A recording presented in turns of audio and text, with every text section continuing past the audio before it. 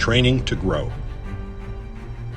Intensity versus volume, or training for hypertrophy versus training for endurance. In exercise, there is a continuum with endurance at one side and strength and size at the other. These are two distinct results from training that can be produced, and each requires a specific way to train. When you're doing specifically high-intensity training, you're training specifically for muscular mass. You can train specifically for muscular mass or specifically for cardiovascular increase. This is where the term specificity of training comes in. If you want to train specifically for cardiovascular fitness, then you've got to do highly repetitive, low-intensity exercise. High-intensity training does not build the kind of cardiovascular fitness that low-intensity training does. You've got to train with low-intensity, highly repetitive activities, jogging, bicycling, and so forth. You will develop a certain amount as opposed to not doing any kind of activity. But it's not in the same order as real training. You've got to train specifically for one or the other. You can divide specificity. You train a little bit for building size and mass, and a little bit for cardiovascular, but you won't improve as rapidly as if you train specifically for one or the other. In other words, you have a certain amount of adaptive ability. You can divide it 100% or give it 100% towards developing mass, or give it 100% towards developing cardiovascular fitness. Or you can divide it in half. Give half of it to developing cardiovascular fitness and give it half to developing mass. But you won't improve as rapidly in either area by doing it that way. If you want to develop muscles as fast as you can, then train specifically for size and mass. If you want to develop cardiovascular fitness as fast as you can, train specifically for that. Don't divide it in two. It's impossible to obtain a certain type of result when you're training in a fashion that stimulates the production of its opposite. As Mike defined the terms, anaerobic is high intensity, brief duration, like sprinting. The faster you run, the less distance you can run. That is, the briefer the activity must be. Aerobic is just the opposite. Low intensity, long duration, like marathon running. The less intensely or quickly you run, the more distance you can run. That is, the longer the activity can be carried on for. However, if you train for long periods, multiple exercises, multiple sets, multiple days per week, you are training for an endurance adaptation. If, by contrast, you train as intensely as you can, you will end up training for short periods, few exercises, low sets, only a few days a week, perhaps one or two, or, if your ability to tolerate intense exercise is higher than most, perhaps 3 days. The thing is, you don't know going into this enterprise where your tolerance level falls on the continuum, which is mediated by your genetics. To find out, Mike recommended that you keep a training logbook, which records your workout progress or lack thereof. If your weights and repetitions are increasing, then you know you are recovering and adapting to the training stress, using whatever training volume and frequency you are presently employing. If you are not making progress in weights and reps, then you are allowing enough time for recovery, but not enough time for adaptation or growth. And if you're getting weaker, that is, your repetitions and weights are going down, then you are not allowing enough time to pass for recovery to take place. As you grow stronger over time, the stresses you will be exposed to will grow progressively greater too. If something isn't done to compensate for the increasing stresses, those stresses will eventually reach a critical point and will constitute overtraining. The first symptom of overtraining will be a slowdown in your progress, and if you continue with the same volume and frequency protocol, there will ultimately be a complete cessation of progress. This is known to athletes as a sticking point. Compensating for the increasing stresses is rather simple. At the first sign of a slowdown in progress, cease training entirely for 2 weeks so your body has a chance to fully restore its recovery ability. Upon resumption of training, add an extra day or two of rest between workouts. Substitute less demanding exercises and/or periodically eliminate an exercise from your training sessions.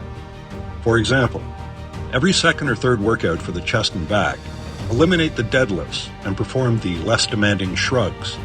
On shoulder and arm day, drop the dips periodically and just do the triceps press downs. And on leg day, drop the leg extensions and just do the leg presses, calf raises. While you may be tempted to say that a 1-set decrease may not be much, consider that there are relatively few exercises in the program to begin with, so one less set will represent a significant percentage decrease.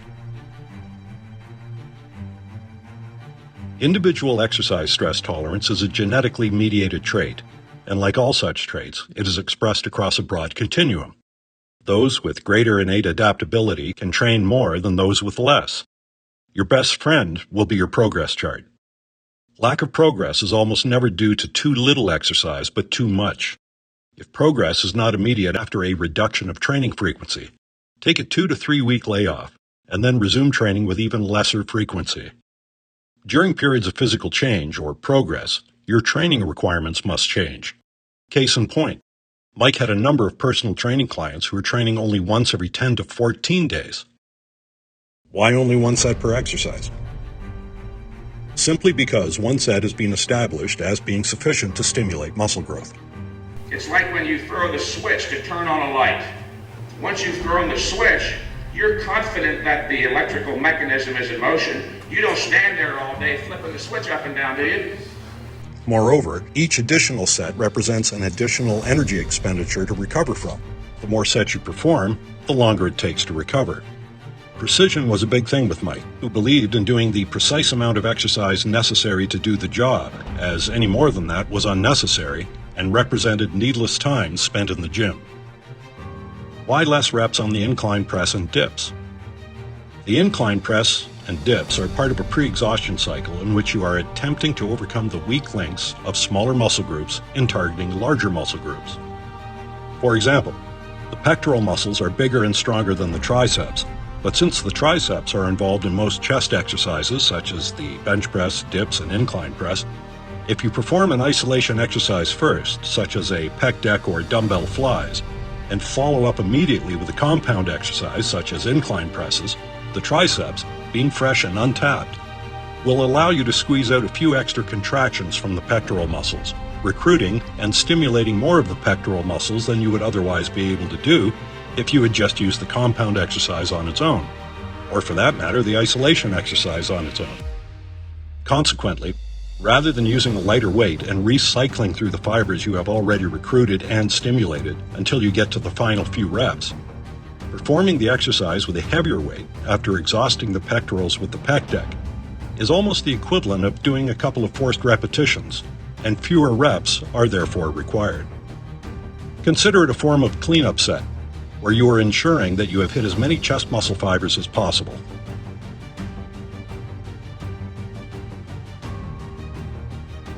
I recall asking him when he was finishing up the writing for Heavy Duty 1 if he was going to include a specific workout for everyone based upon what he had learned from training hundreds of clients. He replied that I can't issue a surefire prescription for everybody. Right. The general theory, again advanced by Jones, is valid. The practical application will vary because of this great range of variation that exists among individuals with regard to individual tolerance of exercise. I have a 44-year-old client, for instance, John, that understands the theory, but he still wants to work out every day. After talking to him till I was blue in the face and he said, I want to train anyway, I said, okay, I'll take your money if you want me to be in the gym with you. Yeah. He trains every day and he still makes progress. On the other hand, I had a young kid who's 21. You would think he'd have perhaps a stronger constitution. Mm-hmm. I had him down to 3, or at the most 4 sets per workout every 4 fucking days, and he was still overtraining. Just as people vary enormously with regards to height and weight and intelligence and every other genetic trait, I'm beginning to see how widely people vary in regards to recovery ability. Some people just cannot tolerate exercise more than once every several, maybe even 10 days.